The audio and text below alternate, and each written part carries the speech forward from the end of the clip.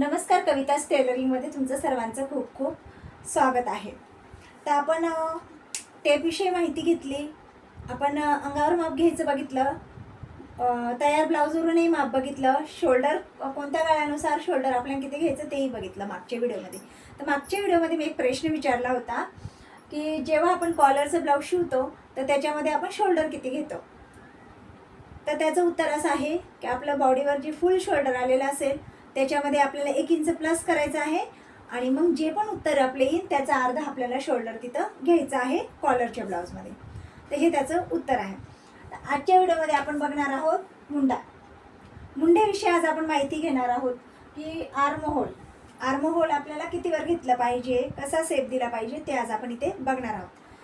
पण ते बघण्या अगोदर एक गोष्ट लक्षात ठेवायची की ब्लाऊज शिवण्यासाठी आपल्याला सर्व मेजरमेंट खूप महत्त्वाचे असतात. जे पण आपण मापं घेतली ती सगळी अतिशय महत्त्वाची असतात. पण ही दोन जी मापं आहे, मुंडा आणि शोल्डर, ही जी आपण घेतच नाही. जवळजवळ 80 ते 90% टेलर हे माप घेत नाही. जे नवीन शिकताय तर ते तर घेतच नाही. तर ते माप जास्त महत्त्वाचे असतात. तर मुंड्याचं माप घेताना आपल्याला काय करायचं आहे, दोन्ही मुंड्यांचे माप घ्यायचे आहे आणि दोन्ही मुंड्यांची माप आपल्याला लिहून घ्यायची आहे. डावा उजवा किंवा मग दोन्ही मुंड्यांची माप लिहिल्यावर त्याच्यातलं कोणतं कमी येईल कोणतं जास्त आहे आपल्याला लगेच लक्षात येतं. दोन्ही मुंड्यांचं माप आपल्याला लिहून घ्यायचं आहे. आणि आता त्याचा वापर आपल्याला कसा करायचा ते बघूया. आता मी इथे हे नॉर्मल आपलं ड्राफ्टिंग करून घेतलेलं आहे, आखून घेतलेलं आहे. तर आता ही जी लाईन आहे ती आपण कितीवर आखायची. मेन म्हणजे आता मुंडा घ्यायचा आहे, आपण मुंडा म्हटलं की ते हाच प्रश्न पडतो की ही लाईन कितीवर घ्यायची. त्याचा एक फॉर्म्युला आहे, तो फॉर्म्युला आपण बघूया. आता छाती मापानुसार 5.5 वर, 6 वर, 6.5 वर अशी ती घेतली जाते. पण त्याचा एक फॉर्म्युला आहे. तर बघा तो फॉर्म्युला काय आहे. तर छातीचं जे माप असेल, जी छातीचं माप आलेलं असेल त्याला आपल्याला 6ने भागाकार करायचा आहे. त्याचा 6वा भाग काढायचा आहे. जे पण आपल्या छातीचं माप आलेलं असेल त्याचा आपल्याला 6वा भाग करायचा आहे. आणि त्याचं जे उत्तर येईल आपल्याकडं, त्याचं जे पण उत्तर येईल त्या उत्तरमध्ये आपल्याला 1 इंच प्लस करायचा आहे. छातीचा 6वा भाग अधिक 1 इंच, छातीचा 6वा भाग अधिक 1 इंच आपल्याला ते घ्यायचं आहे. आणि ती लाईन आपल्याला जे पण उत्तर आपलं इथे येईल ती लाईन आपली इथं घ्यायची आहे. आता समजा उत्तर आलं 5.5, तर ही लाईन 5.5 वर घ्यायची. उत्तर आलं 6.5 तर 6.5 वर घ्यायची. कधी कधी 6.3 येतं, कधी कधी 5.3 येतं. जसं तुमचं छाती माप असेल त्याच्यानुसार इथं तुमचा तो 6वा भाग येईल. तर आपण जेव्हा अगदी मापे टाकून ब्लाऊज बघू ना कटिंग, तर तेव्हा हे आपण इथं मापे घेऊ ना, त्यावेळेस तुम्हाला अजून जास्त व्यवस्थित लक्षात येईल. आता ही लाईन तर आपण आखली आहे. आता हे तर झालं आपलं क्लिअर. आता इथून जो शेप द्यायचा आहे ना, जास्त डीप नेक असेल ना तर हा मागच्या गळ्याला आपल्याला 1.25 इंचावर शेप द्यायचा आहे ह्या प्रकारे. आणि आतला शेप आपल्याला 1.25 इंचावर द्यायचा आहे. आता हा शेप पण आपल्या गळ्याचं खूपच डीप असेल तर हा थोडा कमी होतो आणि नॉर्मल गळा असेल तर हा थोडासा जास्त जातो. म्हणजे मागचा 1.5 वर जातो आणि मधला 1 वर जातो. तर मुंड्याला शेप कसा द्यायचा आहे ते पण बघूया आपण.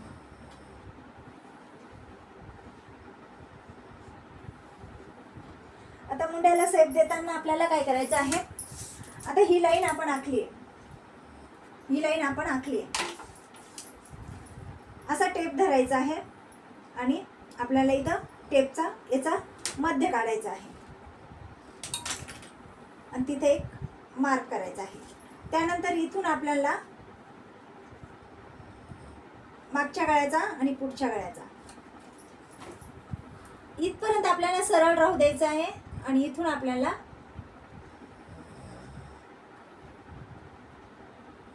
आर्महोलचा शेप द्यायचा आहे.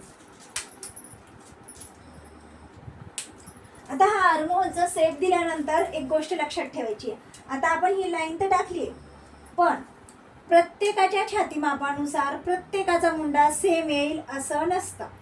प्रत्येकाचा जरी छाती माप एक असलं तरी शोल्डर आणि मुंड्याचं माप हे वेगळं वेगळं येऊ शकतं. त्यामुळे करायचं काय आपल्याला, हे बघा इथं आपण जेवढं आपण शोल्डर जोडणार आहोत ना तिथे एक मार्क करायचा आहे. हा मार्क करायचा. त्यानंतर आपण जेवढी इथं शिलाई मार्जिन सोडलेली असेल ना, शिलाई मार्जिन आपण सोडू तिथे एक मार्क करायचा आहे. आणि इथून इथपर्यंत आपल्याला मुंडा मोजून घ्यायचा आहे.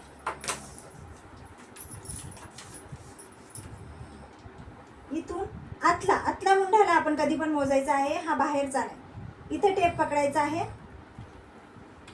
आणि ह्या प्रकारे आपल्याला मुंड्याचं जिथं आपण ही मार्जिन शिलाई मार्जिनची जी मार्किंग केली आहे ना, तिथपर्यंत आपल्याला मुंडा मोजून घ्यायचा आहे. आणि तो मुंडा मोजलेला मुंडा म्हणजे कोणता, जो आपण अंगावर माप घेताना मुंडा मोजलाय ना, ते माप आणि हे माप सेम आहे का बघायचं आहे. म्हणजे मुंड्याचं माप जे आपण घेतलंय त्याचा दुसरा भाग जो येतो ना, तो भाग तो आणि हे जे आहे ना माप, ते आपलं सारखं येतं की नाही ते बघून घ्यायचं आहे. समजा इथं आलेलं उत्तर, ही जी आपण लाईन आखली आणि आपण आत्ता जे माप घेतलं ते सेम असलं तर काहीच प्रॉब्लेम नाही, असंच राहू द्यायचं. पण ही लाईन पण आपण बरोबर आखली आहे, हे पण आपण बरोबर केलं आहे, हे सगळं बरोबर केलं. पण आपण जो मुंडा मोजला तो आणि जे माप आपण घेतलंय तो, त्याच्यामध्ये अर्ध्या इंचाचा 1 इंचाचा फरक असेल. समजा आपण हे घेतलंय हे माप आणि आपण जे अंगावर माप घेतले ते जर जास्त असेल 1 इंचाने, म्हणजे हे कमी भरतंय आणि ते आता समजा हे 8 भरते पण माप आहे 8.5, तर करायचं काय, ही लाईन थोडीशी खाली ओढायची आहे. या प्रकारे ही शिलाई मार्जिन इथं घ्यायची आहे आणि हा आकार ह्या प्रकारे द्यायचा आहे. म्हणजे इथून हा कपडा कट होतो आणि आपला मुंडा हा वाढला जातो. समजा आता हाच मुंडा जर कमी असेल,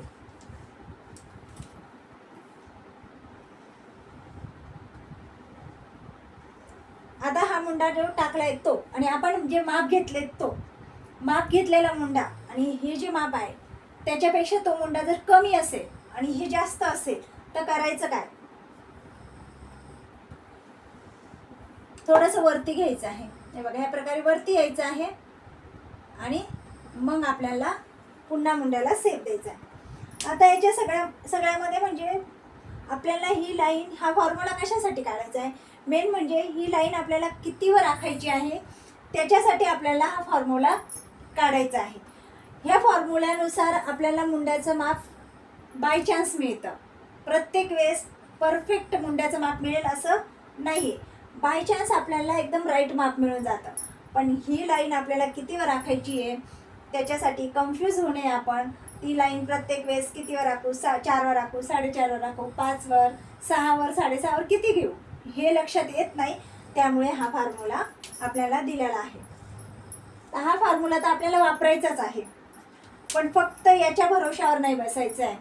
आपल्याला आर्महोलचं परफेक्ट अंगावर माप घ्यायचं आहे. जर ब्लाऊज मापाला आलेला असेल तर ब्लाऊजवर पण माप घ्यायचं आहे. जसं आपण मागच्या दोन्ही व्हिडिओमध्ये बघितलं आहे माप कसं घ्यायचं, त्या प्रकारे माप घ्यायचं आहे आणि ते माप आपल्याला इथं वापरायचं आहे. आणि ते पण आपण 2 मुंड्यांचं माप घेतलं आहे, ज्या मुंड्याचं माप जास्त असेल ते माप आपल्याला इथं चेक करायचं आहे.